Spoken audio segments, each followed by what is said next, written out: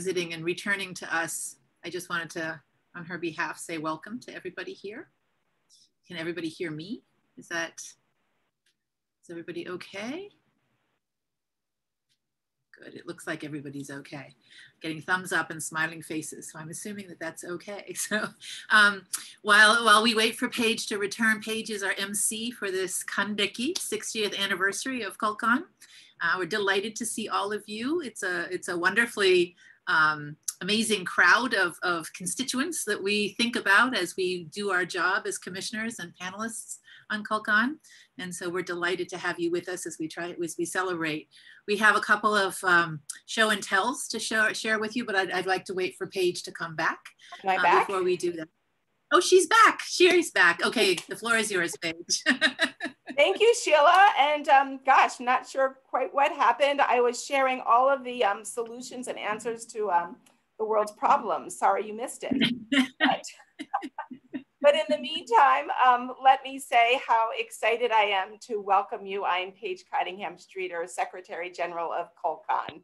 And it's my honor to have been serving for the past 10 years now in this role. And I'm very excited on behalf of our CULCON community to have you here this afternoon where we can celebrate CULCON's 60th anniversary.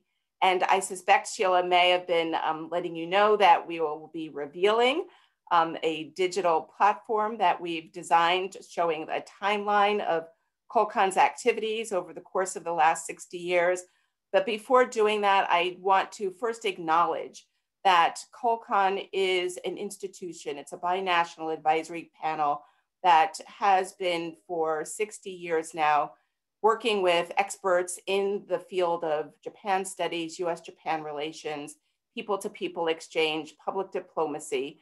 And I would be remiss without first recognizing that my colleague, Pamela Fields, has been an important part of CULCON's history. And Pamela has the institutional memory. She's got the knowledge and expertise of both our US and Japanese infrastructure. And without Pamela, I don't know where certainly I would be at this point in time. So Pamela, congratulations on your tenure at CULCON. And thank you so much for all of your contributions to the Conference on Cultural and Educational Interchange. I also want to acknowledge that there have been a number of experts and specialists, some of whom are on the call who have served as CULCON panelists. But my predecessor is Dr. Eric Gangloff, who is also on the call, I believe. And thank you, Eric, for more than 25 years of service as Secretary General. And some of the highlights that we'll be seeing in the timeline of initiatives that came about as a result of CULCON's recommendations are in large part due to your vision and the work that you did to build some of these new institutions. And so these words of congratulations are shared with you as well. And before I introduce Dr. Sheila Smith, our current CULCON chair, let's see what CULCON was like and is now like with this wonderful trailer designed by Mr. Ed Williams and in collaboration with Pamela Fields. So Pamela or Niharika, can you share it?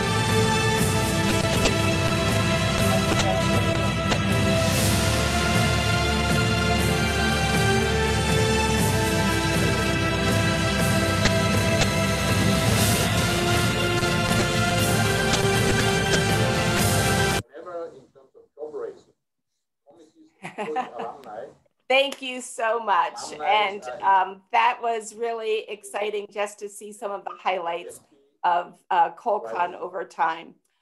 Before turning to our chair, Dr. Sheila Smith, I am going to ask if everyone can just make sure that you're muted. I'm getting a little bit of feedback, and it may be the consequence of having all of us join in person, but we thought this format live is certainly more comfortable. So thank you for that.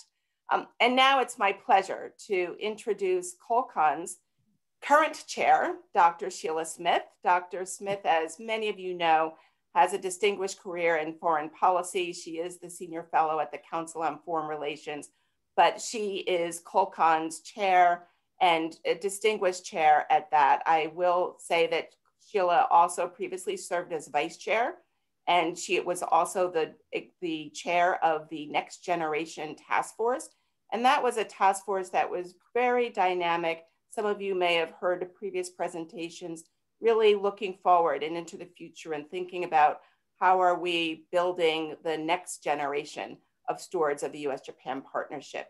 And so it's my pleasure now to thank you, Sheila, for your leadership, for your mentorship to so many of us, both on the screen and those in the pipeline of the next generation. And I'll turn the mic over to you now. Thank you, Sheila. Thank you, Paige. I don't know if it's the video trailer or your kind words, but it's just really, really lovely to see everybody on the screen and several screens of you there to show how much CULCON means to you, but also how much we all think of you as we go about our work. So I'm delighted to be here to celebrate. If we don't do the kinds of things that you need us to do, then we're not doing the right thing. And I am delighted on this call to be joined by a number of our current commissioners. I just wanted to give a little shout out to the people that I know that are on the call. And that is Professor Patricia McLaughlin from University of Texas, Professor Sam Morse from Amherst College, Professor Len Schapa of University of Virginia, Mr. David Snyder, who is a legal expert and practicing lawyer who has lived in Tokyo for many, many years, Professor William Tsutsui, who's currently at Harvard, but about to take over the presidency of a new university in a new job in Kansas. And also Shay Youngblood, who is one of our newest commissioners who's joining us, who's a creative artist in a US-Japan creative artist exchange program. So we are here to talk to you a little bit about what CULCON does, but also to showcase the kanreki, how we've evolved over time. And CULCON today is a very different place than it was at the beginning. But I think with Pamela's help, we're going to take you a little bit into the timeline. And I'm going to show you what's changed and what hasn't about the work that we come together to do. So Pamela's going to get us back to the very early years. This is the homepage. This is the timeline that you're welcome to explore at your leisure. It's really beautifully set up. It's the work of both Pamela and Ed Williams and our interns, who I'll talk about later. But I want to take us back to the early years because the history of CULCON is the history of the US-Japan relationship in many ways. And we began in the wake of a very difficult moment in the relationship between the United States and Japan.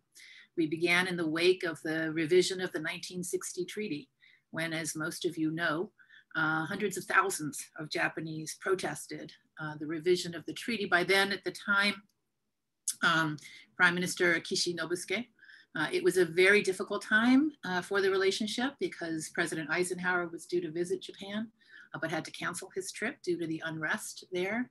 It was a very tumultuous time in Japanese politics, and we have a lot of political scientists on the screen, so I don't need to go into the details about why that was the case.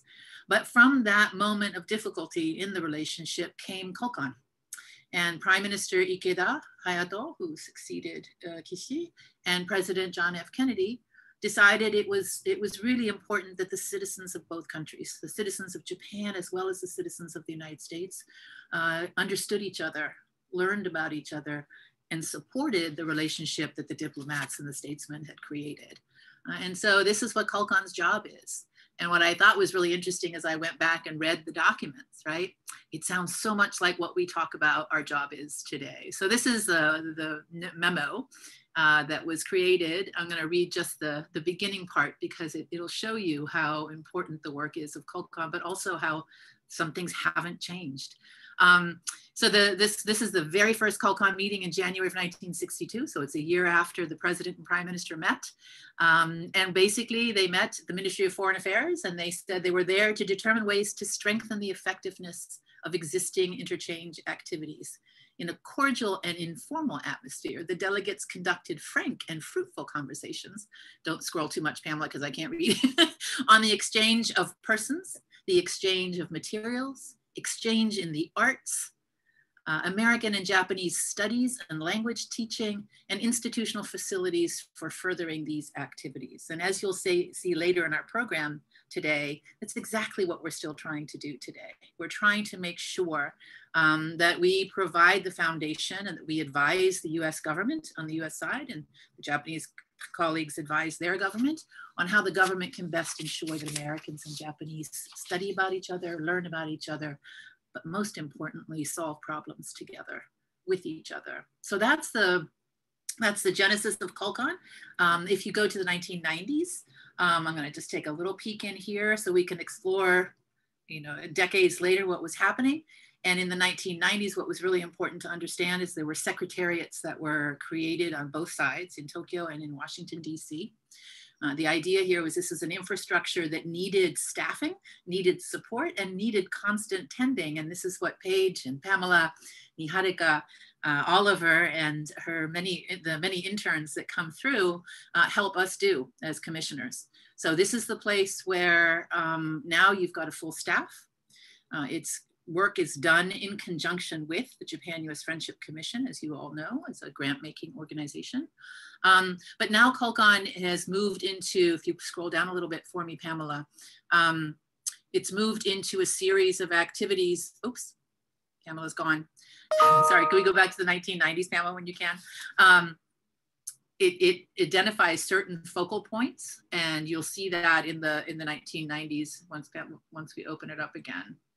Now, for those of you who want to go and look in detail, you can use these headers to get you to ideas of studies about the media, about Japan studies specifically, about how to get information access, which is one of the things I wanted to talk about. But this is also, just to know, this is the era of Eric Gengeloff. This is the moment when Eric was really building institutional structures and focusing on the staff, the permanent secretariat that he led, as well. So if you scroll down, one of the things that strikes me as really important at the bottom, Pamela, thank you, is the North American Coordinating Council, the NCC. For those of you who are academics and work in university settings, you'll know how fundamentally important the NCC has become in making sure that Japanese library resources are available across a variety of campuses in this country. And this was the result of a report that was done to say, how do we make sure that those who want to teach about Japan have adequate access to resources. And this is a council that works on sharing those researches with the broader Japan studies community.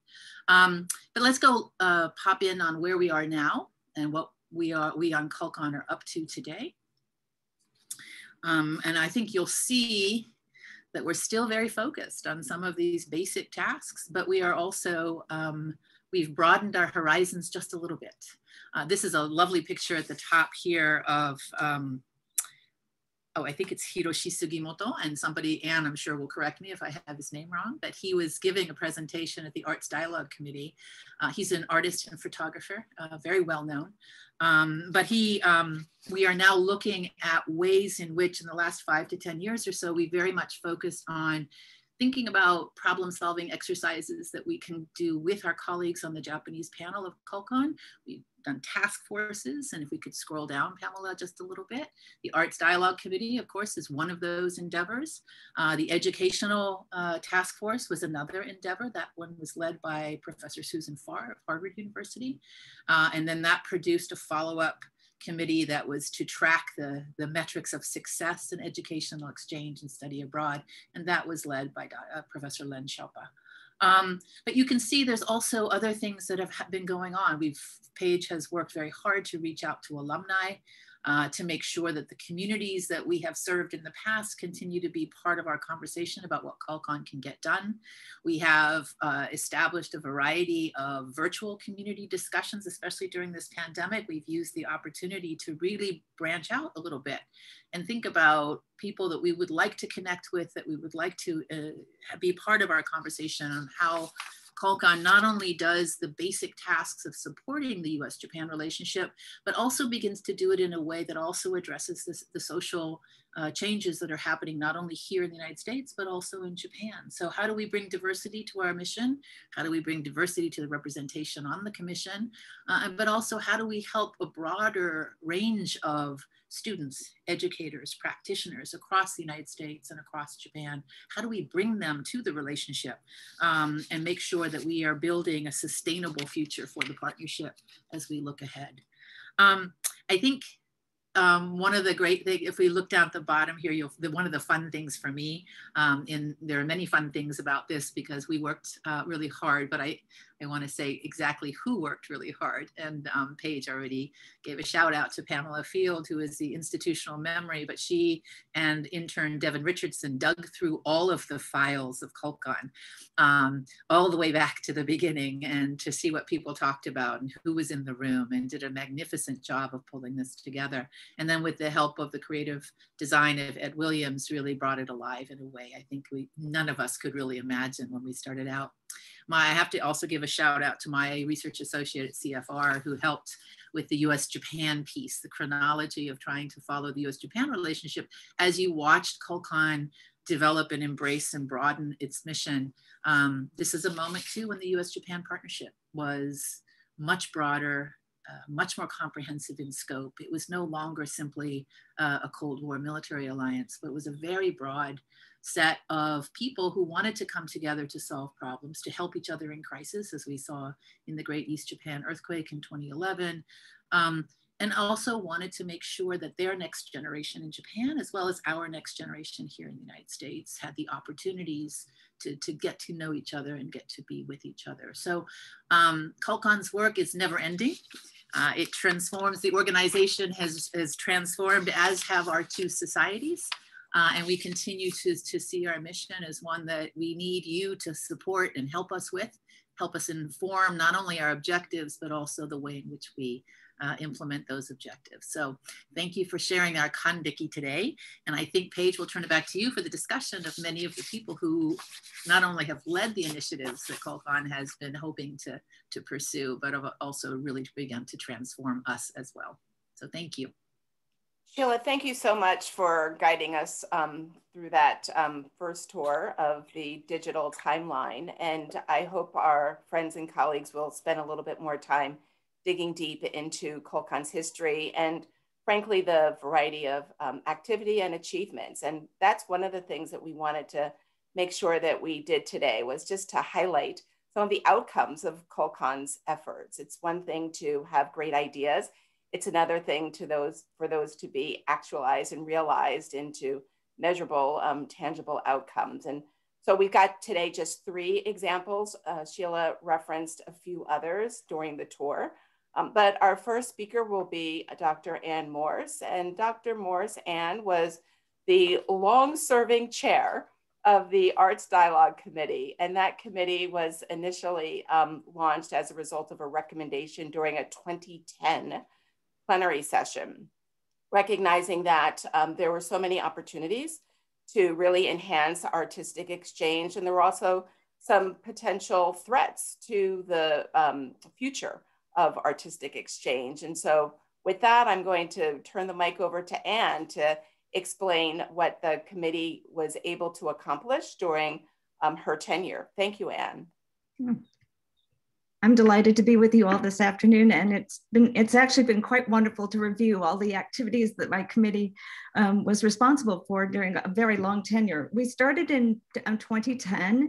The committee was established at CULCON 24 with Willard Clark and Teiichi Sato as the original co-chairs of the committee. Soon after the first meeting, I was asked to take on this committee, and I have served with Masanori Aoyagi and Hiroyuki Shimatani over the years, and we have been accompanied by a really wide-ranging group of curators, conservators, and museum administrators.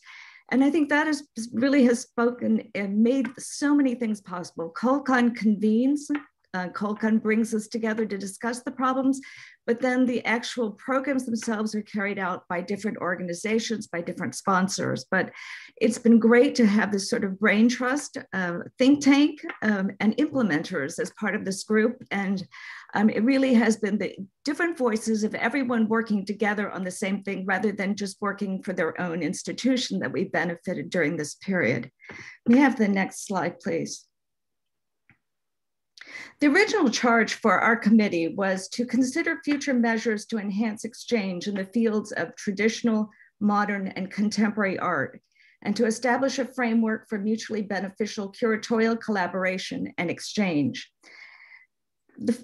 Over the years, our committee really focused on 4 different points. The first was cultivating the next generation of Japanese art professionals. The second was fostering collaborations among US-Japan art professionals. The third, enhancing public outreach. And the fourth was enhancing resources for collaboration. But the first one, cultivating the next generation of Japanese art professionals, was an extremely urgent one. When we started looking at who was our constituency, and how could we best serve them, we noticed almost immediately that there had been so many people who had come to the field of Japanese art following the Tokyo Olympics and the 1970s, where there was a great interest in Japan, that those curators had become sort of the senior specialists, but they had also loved and enjoyed their work so much that by 2013, 75% of curators and art professionals in the United States were 55 and older. And clearly in the next years, we were going to have to make preparations for a generational change. And I think through the work of the committee that we've well made progress on this. By the time our committee ended by 2019, we had increased the number of specialists more than 20% and reduced the median age from 62 to 53. And this is a trend we hope will continue. May I have the next, please? One of the first initiatives was actually restarting a very effective program that had been started in 1987. It was geared towards graduate students, and it was called the International Workshop on Japanese Art History for Graduate Students. That was its official name, but I think everyone in our field only knows it as JAWS. That was the title that was given to this program of workshops that were held every few years. There had been 9 of them but then had been suspended for 6 years, and over 240 students had participated in JAWS, and generations of curators had actually been part of this group. But unfortunately, it had been disbanded for over 6 years due to a lack of funding. So one of the first initiatives for our committee was to ensure that JAWS got restarted, and in August of 2012, it was restarted in Tokyo at the Tokyo University of Arts. And then in 2017, another one was held in Boston at the Museum of Fine Arts and at Harvard University. And a 12th was supposed to have been held last year, but of course, due to the pandemic, it was not possible, but the University of Kobe and the University of Tokyo plan to host it in the near future. But this has been a really great starting ground, and it really does encourage students from the very beginning to get to know each other quite well, to form a cohort. And this kind of cohort is something that we would like to encourage throughout the system. So may I have the next slide, please? We had people that were students in Japan, students in the United States, and the next, please. And also, although this was part of CULCON, which is a US-Japan relationship, it also benefited curators in Europe as well. May I have the next, please?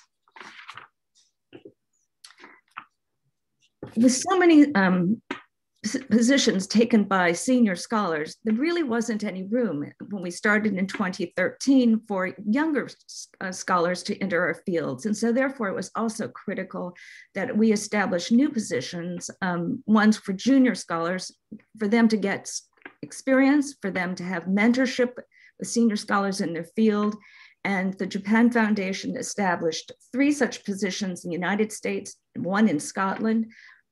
These are 5-year funded positions to establish new positions. The hope was to encourage organizations, museums to take in new younger curators and then to find funding of their own, then to support them in the future.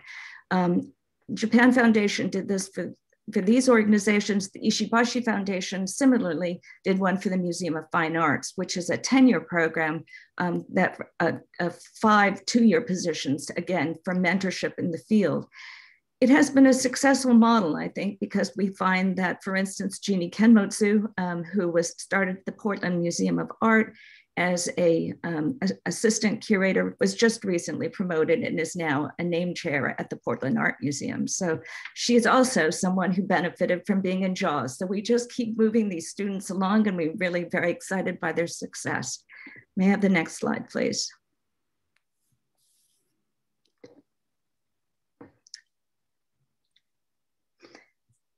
But it's not just about younger people getting to know each other and forming this cohort. It's really also critical that curators throughout United States and Europe, they also get to know their colleagues in Japan and have frequent communications.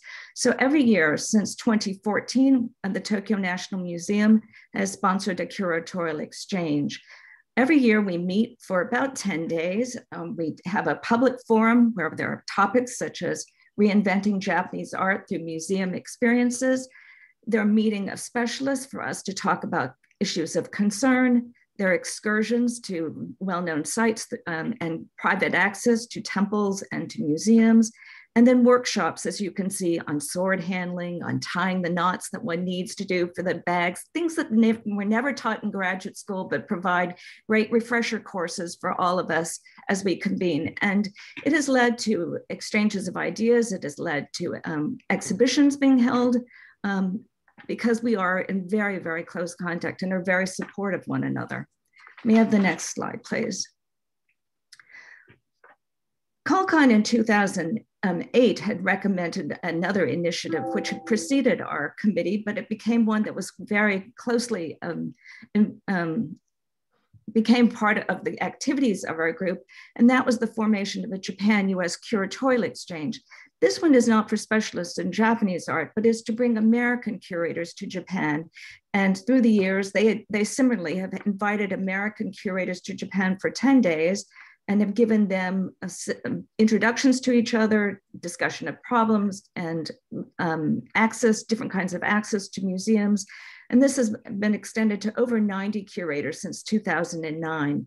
These partnerships have also resulted in very important exhibitions. As curators from the United States have gotten to know curators in Japan, they have decided to collaborate. One such was, as you see here on the screen, was held at the Getty, an exhibition of photography at Ishiuchi Miyako in 2015. Another at the Dallas Museum on the work of Shiraga and Motonaga. And then at the Mori Art Museum in Tokyo, a curator from the United States participated in a show with the curators of the Mori on catastrophe and the power of art in 2018. So another very fruitful relationship. May I have the next, please?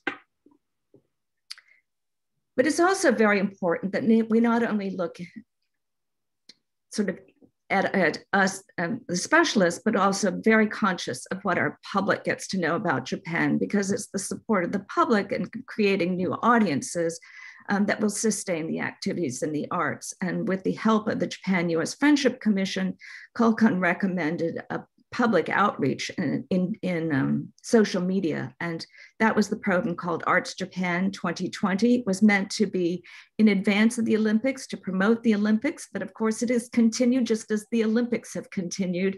And there are still posts that are being done by Arts Japan 2020, which promote different kinds of programs that are happening throughout the United States.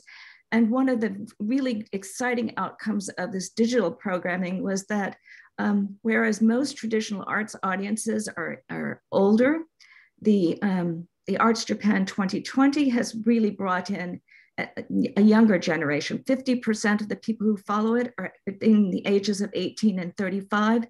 And the other thing that's also surprising is most arts audiences are female. And this one has been very surprisingly male in its followership. So we're looking for audiences wherever we can find them, and this is a really good trend. May I have the last slide, please? But despite all the yes activities, we still feel that there are very strong challenges for the arts. And we started something called the International Network for Japanese Art, INJART, in 2016. It was a time that there was not much exchange through digital means, although the ADC had its first digital meeting on Google Hangout in 2015. It was still very primitive, but we decided that this was something important to keep fostering the relationship, important for us to be in touch with each other, for everyone to know kinds of exhibitions that were being held, the different kinds of collections that were available, and decided to make a resource. And the Minneapolis Institute of Art began that initiative in 2016. It was to create a directory of specialists, for instance, who could also be in touch with each other regularly.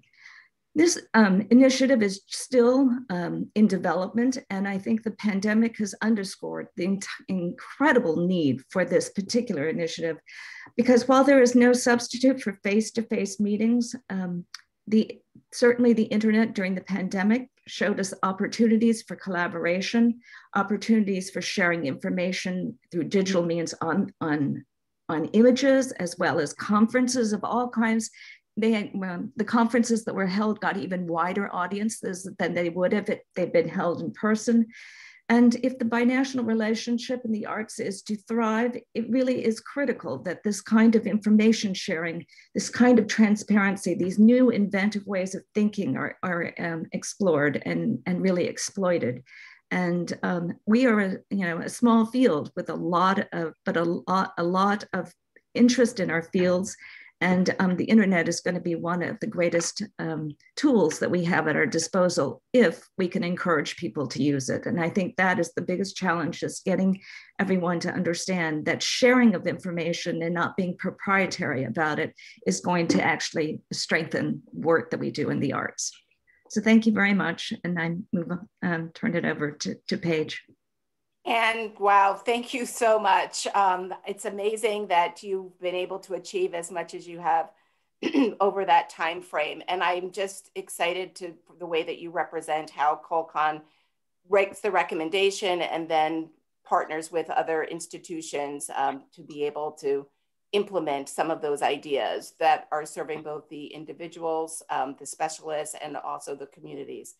I'm going to move from art to education and introduce our next speaker, and that is Dr. Tom Mason. Tom is relatively new to our community, has joined many of our community discussions. He is in his first year serving as the first full-time executive director of the Bridging Foundation, and he'll give us a little bit of the history, but just to underscore how CULCON discussions that started as early as 1991 evolved into something that's very tangible by means of an institution that's been able to serve and support US-Japan relations through student mobility. So Tom, the mic is yours. Thank you, Paige, and congratulations to CULCON on 60 years of leadership and innovative recommendations that have transformed the US-Japan relationship. My name is Tom Mason, and I'm excited today to share with you what I think is one of the quintessential success stories of CULCON, the story of how CULCON transformed US undergraduate study abroad to Japan, and with it, the building of the US-Japan Bridging Foundation. I think if we look back to the 1990s, we'll see that there was a gross imbalance of the number of students that were studying in Japan compared to the number of Japanese students that were studying in the US. There were 47,000 Japanese in the US at US universities at that time. Just 1,800 American students were studying in Japan. Well, CULCON set as its priority a binational effort to significantly increase the number of American students studying in Japan. The CULCON proposed a three-pronged approach. The first was to create appropriate programs for US undergraduates to study in Japan. At that time, there were very few programs for Americans to study in English, to take their discipline classes, and to transfer them back to US institutions. So together with the Japanese counterparts, they came up with a plan to implement a solution. The second of the three-pronged approach was to develop faculty and curriculum at US home campuses that would allow students to form a solid base before they went to Japan and to come back to, so they can build upon their Japan study abroad experience. And third, they established a clearinghouse to gather and disseminate information necessary to inform students about opportunities to study in Japan and to actively recruit them to do so. And it's in this third initiative where the foundation got its start. The Bridging Project Clearinghouse was created and housed with our good friends at the Association for Teachers of Japanese, in charge with disseminating information about study abroad in Japan. And then in 1997, CULCON set a goal to double the number of American students studying in Japan by the year 2000. The next year, in 1998, the Commission established the United States Bridging Foundation as a 501c3 charitable organization to encourage and assist American students to study in Japan and to raise donations and award them to US students. The scholarships awards were set at $4,000 for an academic year or $2,000 for a semester. A goal of raising $500,000 to support 100 students was set. The idea was to prime the pump for other students to follow. The fundraising effort was a massive success. The first scholars departed for Japan in 1999. Mission accomplished, right? But no, the CULCON commissioners and the foundation board didn't stop. They raised the goal to 1,200,000 scholarships, they thought. And they secured the funds. Mission accomplished this time? Nope, they raised the bar again, this time to $2.5 million and 500 students. They kept going and going and going. By the end of 2010, the foundation had raised $4 million and awarded over 1,000 scholarships. Today, the foundation has raised over $7.3 million and awarded 2,072 scholarships. It gives me goosebumps just to think about those numbers. Now I'm going to give you goosebumps. Now, annually, there are nearly 9,000 American students studying in Japan each year, a gain of over 450%. That's amazing. Of course, CULCON alone is not responsible for this dramatic increase in numbers, but wow, what an outsized role you played. Or maybe it was responsible. Remember that before the CULCON initiative, there were no English language programs at Japanese national universities where American students could enroll and transfer their credit back home. There certainly was no national registry responsible for promoting study abroad to Japan. And in many respects, it was the foundation and its scholarships that helped increase access to Japan for students of all backgrounds. Today, 25 years since its founding, the Bridging Foundation continues to thrive. We inspire American undergraduates to pursue a lifelong connection with Japan. We provide scholarships for their study. We aim to provide more pre, during, and post-program study abroad support, as well as mentoring and networking opportunities with others who have dedicated their lives to the friendship of the US and Japan. We change lives. Our students broaden their worldview, they become attuned to cultural differences, and are more sensitive to working with people of all cultures. Many of our graduates have built global and influential careers in finance, government, arts, and consulting. They work in the offices of Morgan Stanley and Citigroup in Tokyo. They're teaching in Japan. They're at the State Department, the Peace Corps, the federal agencies. They're the epitome of people-to-people exchange. We're committed to diversity. Our recruitment emphasizes traditionally underrepresented populations. In 2019, the Bridging Scholars Group represented 65 US colleges in 30 states. 37% received Pell Grants. Let me repeat that. 37% received Pell Grants, indicating strong financial need. 50% identify as Black, Asian, or Hispanic. 3% attended HBCUs, and 55% are women. And now we're doubling down on our commitment to Black and Brown students by building a scholarship fund for underrepresented students. These scholarships have the potential to be among the most consequential investments made by the foundation and our donors, because we believe it will result in a larger pipeline of Black and Brown Americans entering US-Japan relations in the global leadership roles at large. We have a tangible impact on US-Japan relations. In 2018, a survey of Bridging Scholars showed that 80% of alumni still communicate with their Japanese host family, friends, and professors. 57% can currently work in Japan or for a US-related organization, and 30% volunteer in a local sister cities, JET, or Japan America Society chapter. Many have gone on to participate in other grassroots activities. We have an ambitious plan for growth. The board decided to hire a full-time executive director. That's me. I focus exclusively on fundraising and capacity building.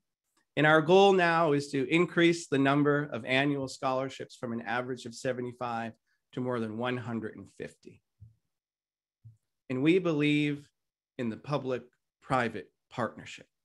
We create alliances with government agencies such as the Commission, the State Department, the Embassy in Tokyo, private corporations and foundations and private donors. Together, we can implement consequential and impactful programs. When we work together, there is no limit to what we can accomplish. And I'm pretty sure we've proved that. I'm inspired by the story of the Bridging Foundation, the story of how CULCON and the Commission communities planted a seed, nurtured its growth, and helped to transform the field of study abroad to Japan. Before I close, I want to thank everyone who has played a role in this story over the last 25 years. That includes the CULCON and Commission former and current staff, the commissioners, the foundation's board, the clearinghouse team, the State Department and Embassy, our lead donor, the Freeman Foundation, and all of the other foundations and corporations and individual supporters that make this foundation work. Together, we're all changing lives, over 2,000 lives. Now, if that isn't a legacy to celebrate on these, now isn't that a legacy to celebrate on this 60th anniversary of CULCON's founding? Congratulations.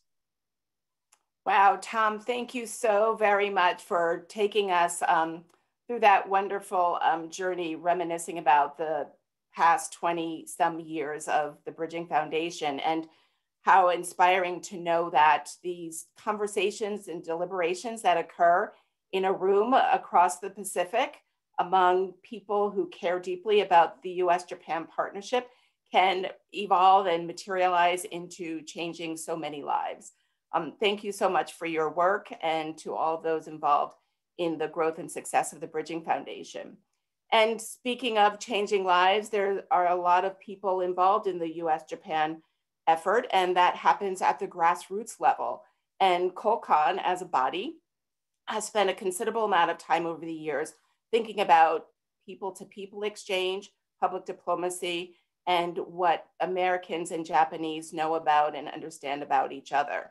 And in order to help us to get a glimpse into some of those efforts, we've invited Bahia Simons Lane to be able to talk to us about the US JET Alumni Association. And US JET AA grew out of conversations as early as the early 2000s, about 2008 was the first, where the panelists were concerned about not only what's happening at the grassroots level, but what's happening with the JET alumni community. We all are familiar with the JET program, and we know these Americans have an opportunity to spend time in local Japanese communities, but what happens when they come home? What is the role of the alumni? How can they contribute to grassroots exchange? And so Bahia is here to tell us what's happened in that regard since those early CULCON conversations between 2008 and 2010. Bahia.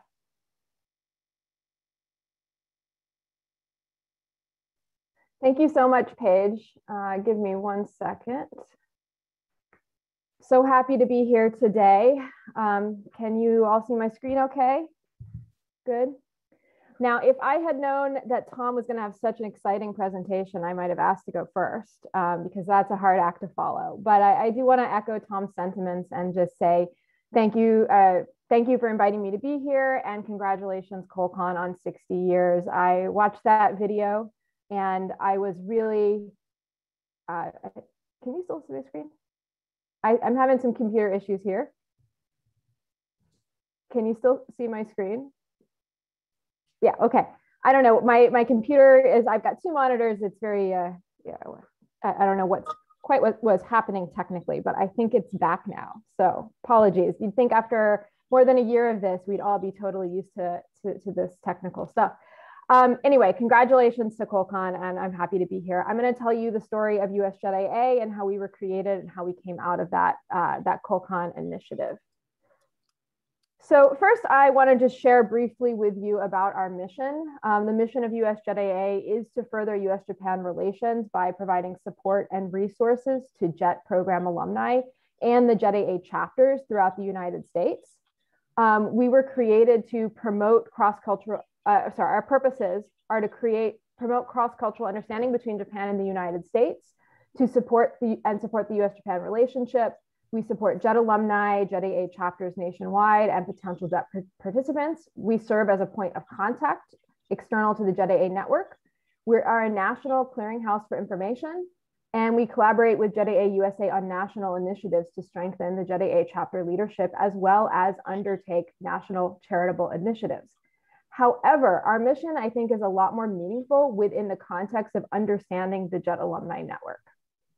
So I want to explain briefly about the JET network and how we're set up. So there's USJET. We're a 501c3 nonprofit organization with paid staff. We support the individual alumni, the JET chapters, and current JETs. We have a sister organization, JET USA, entirely volunteer run, with 3 country representatives that support the chapter leaders and represents the US on the international scale with JET International.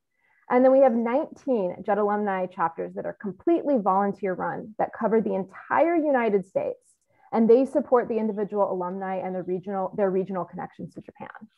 And of course, we have the individual alumni. And by our research, we think only about 1/3 of alumni are actually affiliated with a JET chapter in the United States. And so one of our goals is to find those alumni and keep them engaged with Japan and with the US-Japan relations. Now, prior to 2015, the JET Alumni Network was just completely grassroots and entirely volunteer run. Though there are 3 country representatives with JET USA that provide vital support, they are also volunteer positions, and they are constrained by limitations of a volunteer run organization. And this leads me to the creation of USJET coming out of the CULCON recommendation. So in 2011, a CULCON panel at the Washington, D.C. JET National Conference for the JET chapter leaders featured Michael Green, a JET alum, then vice chair of CULCON, and Secretary General Paige Cottingham-Streeter, also a JET alum. They were really impressed with the interest in US-Japan relations demonstrated by the chapter leaders at the event. And this, of course, was following on what Paige already mentioned about the CULCON's interest in JET alumni.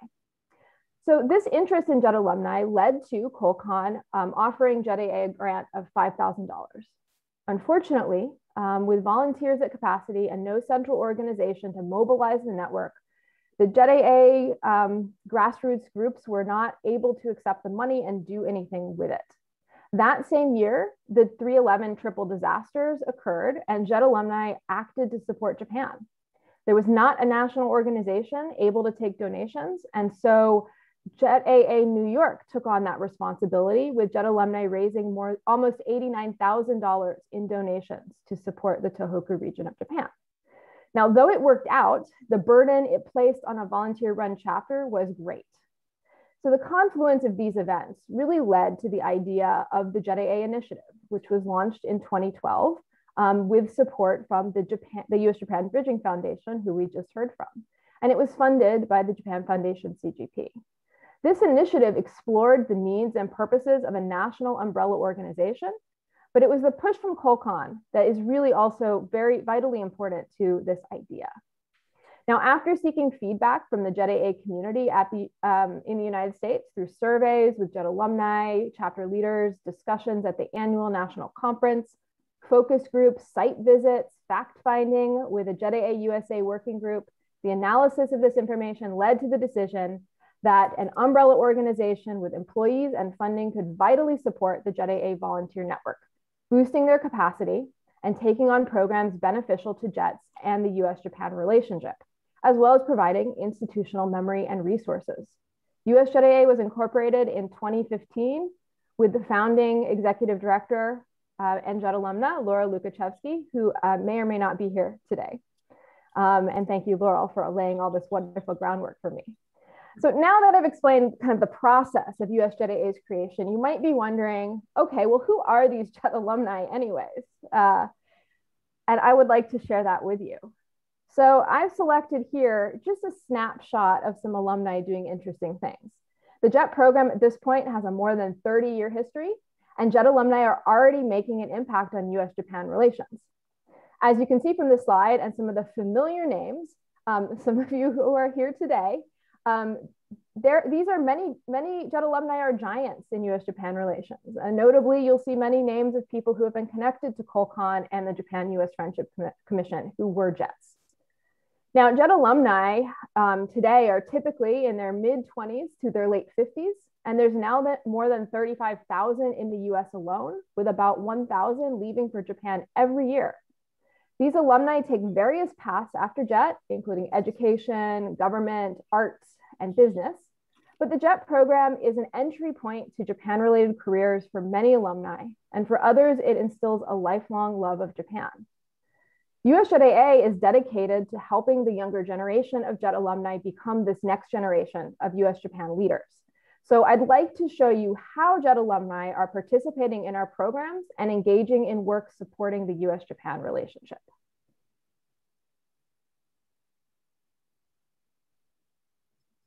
All right, so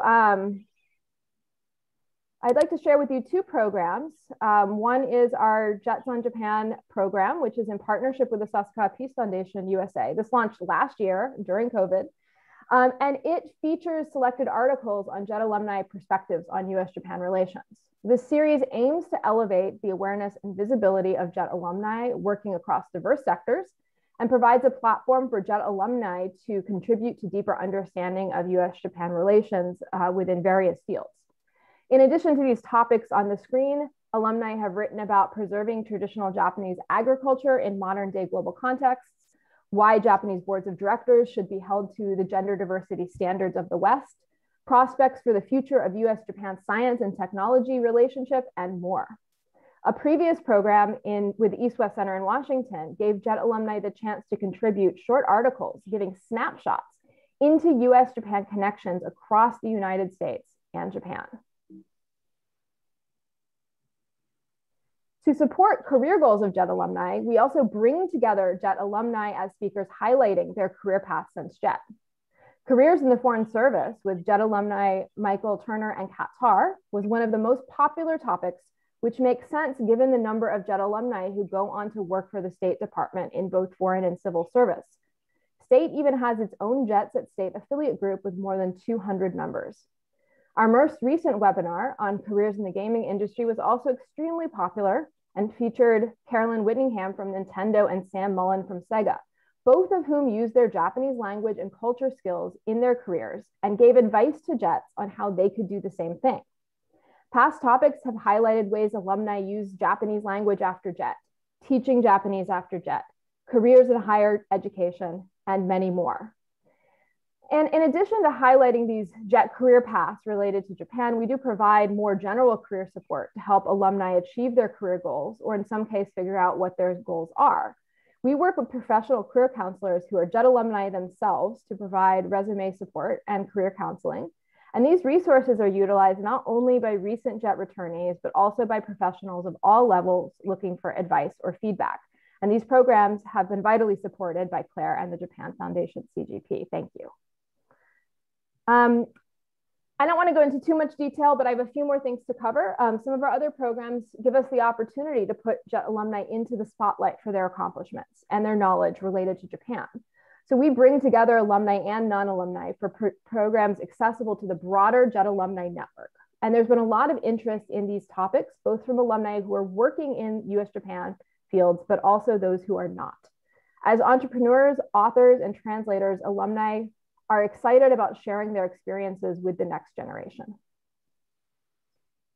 Before I conclude, I'd like to share with you what some of the JET chapters have done with our support. Our Sasakawa USA chapter grant program enables JET chapters to host robust programs that further US-Japan relations at the grassroots level. We provide support and advice throughout the process, but the chapters bring the ideas to us and do the bulk of the work executing the programs. I can't talk about all of these wonderful programs, but I did want to highlight a few examples. For example, One Bite at a Time, Building Bridges with Japanese Culinary Arts was held by New England JET, which was an educational workshop highlighting the history and cultural significance of Japanese cuisine and how it has facilitated stronger US-Japan relations. During the second half of this event, JET alum Alexis Agliano-Sanborn presented the Boston premiere of her documentary, Nourishing Japan, about Japanese school lunch and food education in Japan. The Japan-Minnesota Grassroots Forum brought together multiple Japan-related organizations to meet and discuss the shared goal of increasing US-Japan relations and possible future collaborations. And then in 2020 and 2021, an interesting year, we supported some very interesting virtual programs, including JET ADC's mentorship program, which paired recent returnees with senpai alumni in order to support returnees' entry into US-Japan careers. Lastly, I just wanted to share a program I was very excited about that seems to not be displaying correctly for some reason. But the Tayose program is a program that JET Southeast came to us about because they wanted to implement it. And not being a 501c3 organization, they could not receive funding on their own. And so they partnered with us and we were able to make this program a reality. They wanted to create a program for college students that would support students who are underrepresented in studying and working abroad in Japan into seeing how Japan careers could be a part of their lives. And so this was a really wonderful opportunity to connect the JET alumni with the next generation of JETs. So what I'd like to take, I've just shared a bunch of snapshots with you and the ways that JET alumni have been contributing to US-Japan relations through our programs, through this wonderful organization that exists thanks to CULCON and others' support. But what I want you to take away is that JET alumni are playing roles in broad areas of the US-Japan relationship. The pipeline from JET to the next generation of Japan leaders is very important and should be nurtured. JET alumni want to stay connected to Japan and they need to be able to see a clear path. And then lastly, diversity in US-Japan relations is important and we should ensure that students of color see a path forward into the pipeline of JET and the next generation of Japan hands. Thank you. Ahia, thank you so much. For a young organization, you are accomplishing so much. I'm proud to be a JET alum, and I'm proud of the support that CULCON has been able to provide. And so thank you so much. And I want to thank all of the panelists for their excellent and stimulating presentations. I wish we had more time to really dig more deeply into some of the initiatives and the projects, but that could be a future community conversation to be sure. But I just want to again recognize the fact that as a body, CULCON has been going deeply into providing a focus and a highlight on a particular issue. And then with the help of experts, not only the panelists, but others in the field, finding solutions and ways to address those issues. And so thank you all for the roles and the parts that you're playing. Before turning the mic back over to our chair, Dr. Sheila Smith, I do want to also thank and acknowledge again Mr. Ed Williams, who may have joined us on this call. And earlier, Ed shared both the trailer and the digital timeline. It was well received, and we're all excited to dig into it a little bit more. But thank you so much for your work. And I know that Sheila wants to close us out and share a final presentation. So Sheila, I'm going to turn the mic back over to you. Thank you, Paige, for a wonderful program, and thank all of our three presenters. We were going to have a little bit of discussion back and forth, but your presentations were so rich. And what it did is it really showed the kind of work that we're trying to accomplish or think about in CULCON. You yourselves have accomplished the work, so we don't do the work, but we talk an awful lot about it. But I think one of the things, for example, in Anne's presentation, we would not know the systemic challenges for curating Asian art if Anne did not bring her expertise to CULCON to help us analyze the problem, design specific solutions to the problem, and reach out to partners in Japan and in foundations across the United States to help us think about how we can support the execution of Anne's plan. So thank you, Anne, for that. I think, Tom, the Bridging Foundation is a baby of CULCON in so many ways. We're delighted to have your leadership with us. We also want to give a little shout out to Susan Schmidt, who has also been working over the years, many years, right, in the Bridging Project Clearinghouse. But all of us, I know what it means to study abroad in Japan. It's a transformative experience for everybody who does it, even us people who've done it way back when. And so we're delighted to be here to help continue to support Tom and his work over at the US-Japan Bridging Foundation, build a new generation of opportunity. And then finally, Bahia, we can't be more proud of you and what you've accomplished. And so this is the network building. This is not only next generation dynamism, but it's also the very careful and hard work it takes to build a network that reaches across not only the Pacific Ocean, but also reaches across the United States. So we are delighted to be working with the JET Alumni Association. Let me just say in closing that we had a little surprise communication from Councillor Oe, and apparently there's the Embassy of Japan. Oh, before I go there, one little correction. Diana Newton, one of our commissioners, who is also a JET alum, is here with us. And I'm sorry, Diana, I didn't give you a shout out, but I didn't see your name on the list, but we're welcome. We're happy to have you with us. But in closing, if you have time to stay, Prime Minister Abe Shinzo has a commemorative statement for CULCON. The Japanese panel of CULCON later this summer will release a film in commemoration of the 60th anniversary from their end, and this was prepared for that film. So thank you all for joining us. We're going to close it out with former Prime Minister Abe.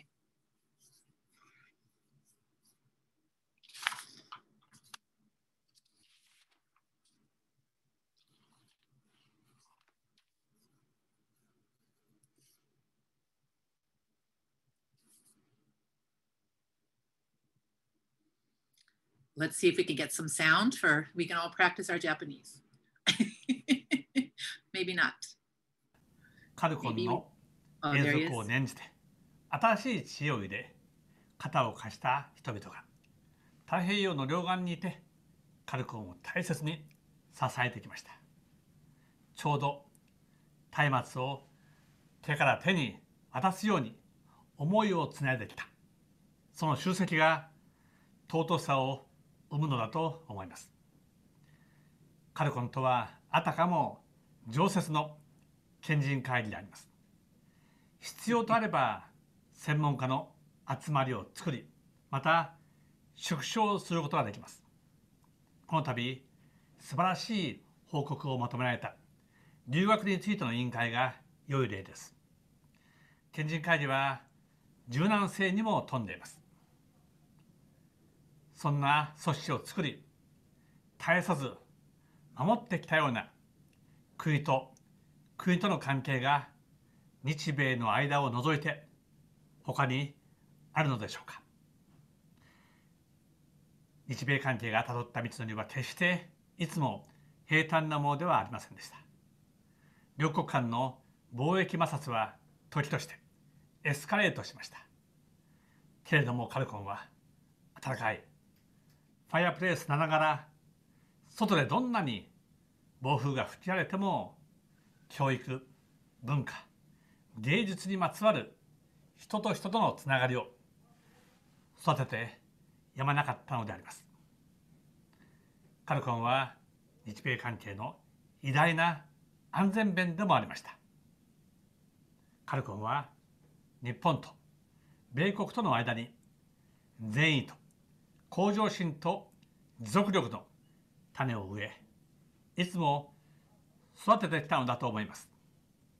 そんな埋め込まれた英知の結晶をあらかじめ備えた二国間関係が果たして他にあるのでしょうか。私は再び尋ねてみたいと思うわけであります。しかもこのような関係が敵同士、熾烈な戦争を戦った日本と米国の間に成り立ったことに、私たちはやはり驚くとともに襟を正したくなるのであります。カルコンが生まれて60年、私たちの国、日本とアメリカは助け合い、力を寄せ合って、難しいチャレンジであればあるほど一緒に立ち向かっていくという、そんな間柄になりました。最初から心と心を結ぶカルコンという善意のブリッジが太平洋をつないでいました。同盟を一貫して精神面で支えてきました。そして私たちは今日に至って日米同盟をどこまでも未来を向いた希望の同盟とすることができたのであります。日米の同盟において堅固ならばインド太平洋には普遍的価値の松明が高く灯ります。そこから希望のビーコンが2つの太陽をくまなく照らすのです。私はそう信じてまいりました。私は合算9年近くに及んだ総理在任期間を通じ、一貫して日米の同盟を共に助け合い、希望を世界に生み出すものにしようと思い、それをひたすらに念じて微力を尽くしてきました。そうすることによって私がもしカルコンを支えた先人たちの系譜に連なることができたのとすると、これに勝る喜びはありません。カルコンがたどった60年の道のりに再び思いをいたしながら私の話を終えたいと思います。ありがとうございました。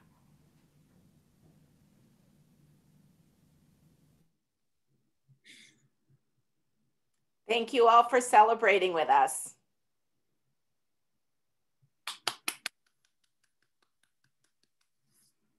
Thank you.